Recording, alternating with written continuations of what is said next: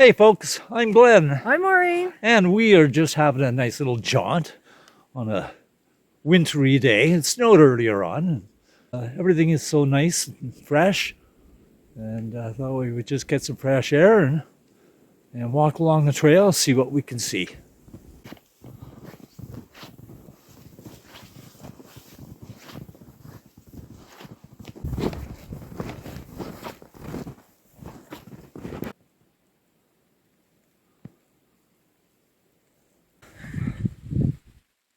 Let's see how the froggy pond's doing.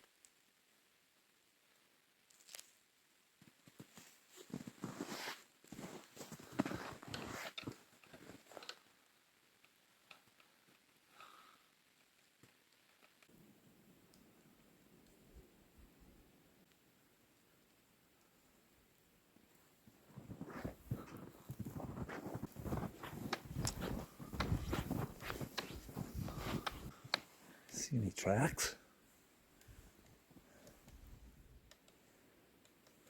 Okay, let's see what the tracks look like as we look.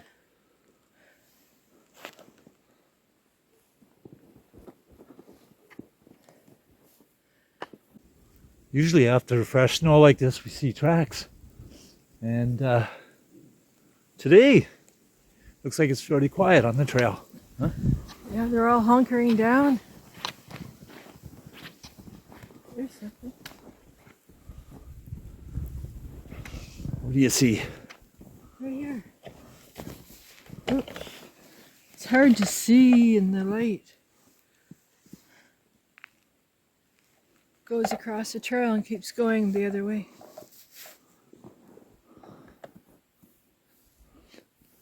Yeah, something from yesterday.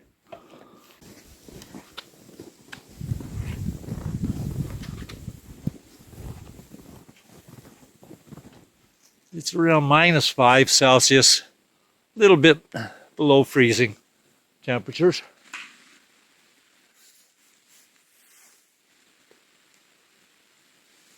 I heard something over there.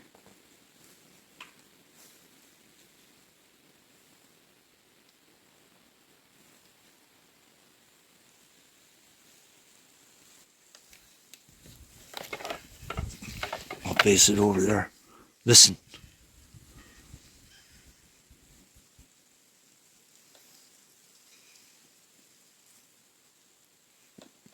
I wasn't sure if I heard a tree cracking from the frost.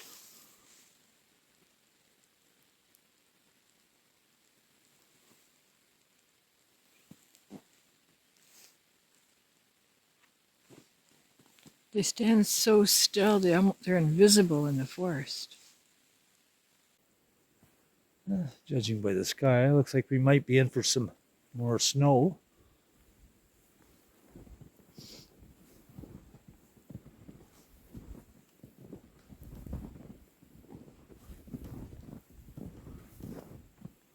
So, just making our way back to the cabin.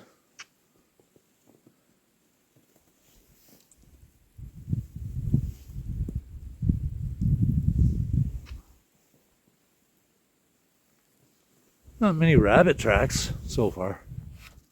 Huh? No, there isn't. There's, Which is surprising. I there's usually something see. here from yesterday right behind me. You probably can't see the divots that it made. There's fresh snows all over it. But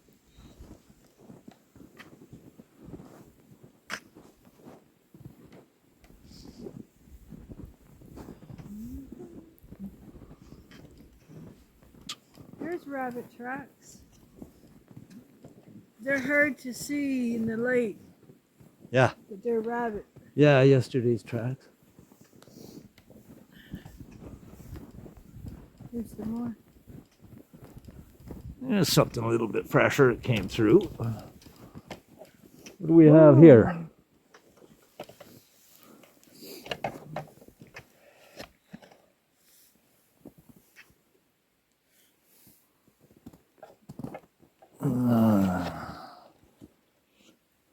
Fox.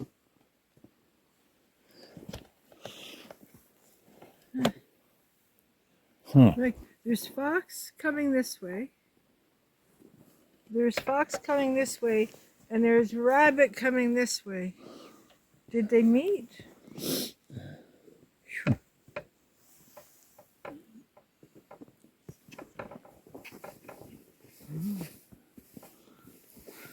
So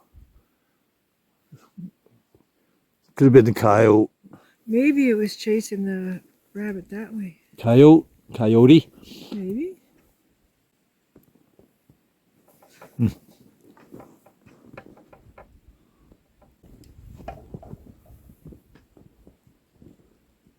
Keep your eyes open. You never know what you're going to see. Hey, here's those tracks again. All right. Now he come back out, did he? Well, either he came this way and went down there and chased Then where does he go? over here. Back down the trail. So I'm saying, I wonder if that's the same animal that chased the rabbit. Came out and around. Came out that way. By the way,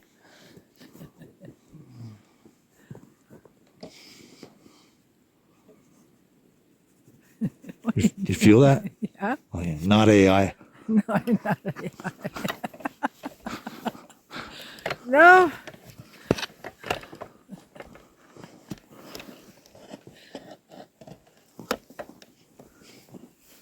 That's cold. That is cold. Oh, that's cold. It's not AI.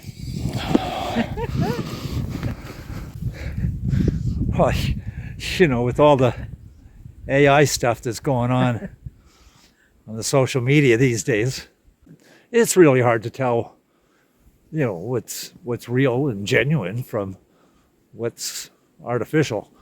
And cabin life is in no shape or form put together by AI, and I can assure you we are real people, is about as real as what we can get. Yeah, on this channel, on our Cabin Life channel, we try to keep it real and genuine, and the way that we video stuff is just basically sharing what we're experiencing, and we try to keep it simple that way. We appreciate the silence, so we pass that sometimes along to our viewers, and that may not always translate to the most exciting kind of video, and we understand that. So it's difficult to convey the solitude, the beauty, the tranquility and peace that we get, and to pass that in a genuine form onto our viewers. And with today's social media, the way that consumers like to consume things in real quick bites and so forth, we've kind of sidestepped that, and we're sharing what we like to share, and that's the way we try to keep it real. Yeah. Well, we have a lot of viewers that enjoy what we share, so I always look forward to making the videos for them, right? So they can enjoy the nature and what we enjoy, like you said, the solitude.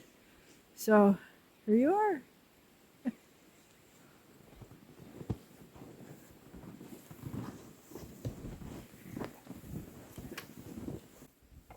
This is about where that moose was standing that I videoed. There, it was about a year ago.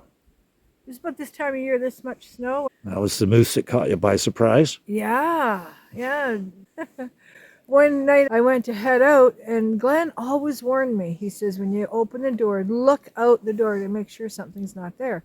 And I peeked around the corner of the cabin, and there was a moose there, like a big one, like big.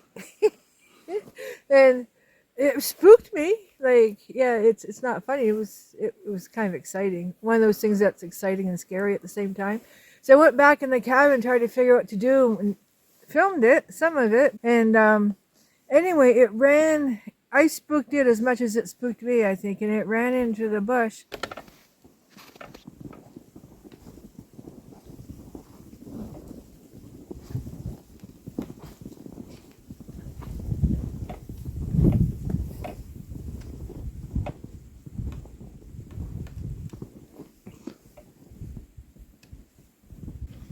So, on the recent news, we found out that here in the province of Ontario, in Canada, that they're doing a new, I think it was something passed in legislation by our provincial government about recycling.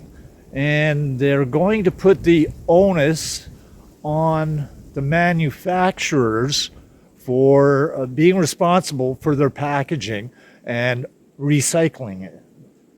How does that get paid for? Well, they said that the companies who sell the products, like our food products and that they choose their packaging, so they have to pay for the recycling, and that's what they passed in Ontario. They said for the people like us, like the regular homeowners, there's no change. Like we still take it to the recycling and do all that. The biggest change for us is that more things will be recyclable. And then they say, oh, it won't cost us anything. And the money that the municipalities or the governments used to pay for recycling will now be freed up to do other things for us to help our local communities out.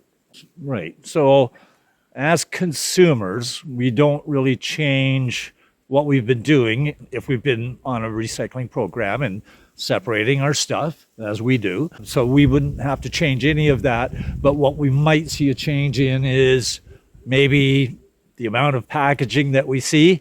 Maybe suddenly the manufacturers, if they've got to be responsible for it and pay for the recycling of some of that packaging, perhaps there's going to be less of it in the future. Yeah, I don't know. Right? Like there's so much packaging some days that I think a lot of our waste is that, Yeah, right? And we yeah, don't right. have a choice. If you have to buy something from the store and it's in a box that's wrapped in plastic and other stuff, you don't really have a choice.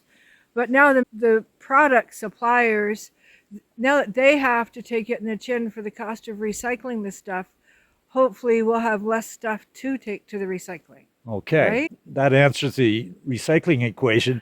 Now, as far as the dollar equation, follow the money, I have yet to see a corporation or manufacturer incur additional costs either through legislation, new policies, new laws, tariffs, that kind of a thing, and not pass that on to the consumer. So what I'm suspecting is that our prices are going to continue to go up on certain products where the manufacturer is laden with the responsibility and cost of recycling their own packaging. Yeah. Well, in the past, probably about 6 months, maybe a year, I've noticed some changes in the way that the packaging is done. There's some, like, say, cases that have that egg carton-y paper instead of styrofoam. Biodegradable stuff Yeah. instead of recycling. Yeah. So hopefully Right. there'll be more changes in that. But like you say, I can't imagine they're taking it in the chin. So like you say, our prices are probably going to go up. And I'm kind of wondering if that isn't some of the cause of them already going up, is that all their research and development to save them money. At this point, Right. it could be like a hidden cost that we're not Yeah. even aware that we're paying extra for that product ahead of time or what Yeah. have you. But that went into effect as of January 2026. So that's for the province of Ontario. We'll see if other provinces follow suit, and we'll see how it works out. I don't know if it's a complete pilot project, but it is headed by a private industry. It's a not for profit.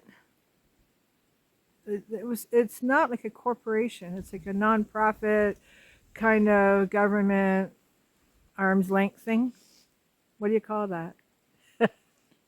Um, not for profit. So I guess you're not supposed to be able to profit from the recycling. That's the point. There's Right. yeah. So let us know in the comments. Would you be willing to pay more for a product if you knew that everything that it came in, all the packaging, was recyclable and you could take it and put it in the recycle bins instead of the trash bin? Would you be willing to pay more, or do you think we're already paying enough for everything that cost should already be incurred by the company? I don't know what kind of cost it'd be. Like, would that be worth it to ensure that the stuff's going to be recycled and it certainly has its benefits, but if it's coming out of our own pockets, then it always gives us pause for thought, Well, right? I don't know about you guys, but I don't need any more pennies taken out of my pocket when I go to the grocery store anymore.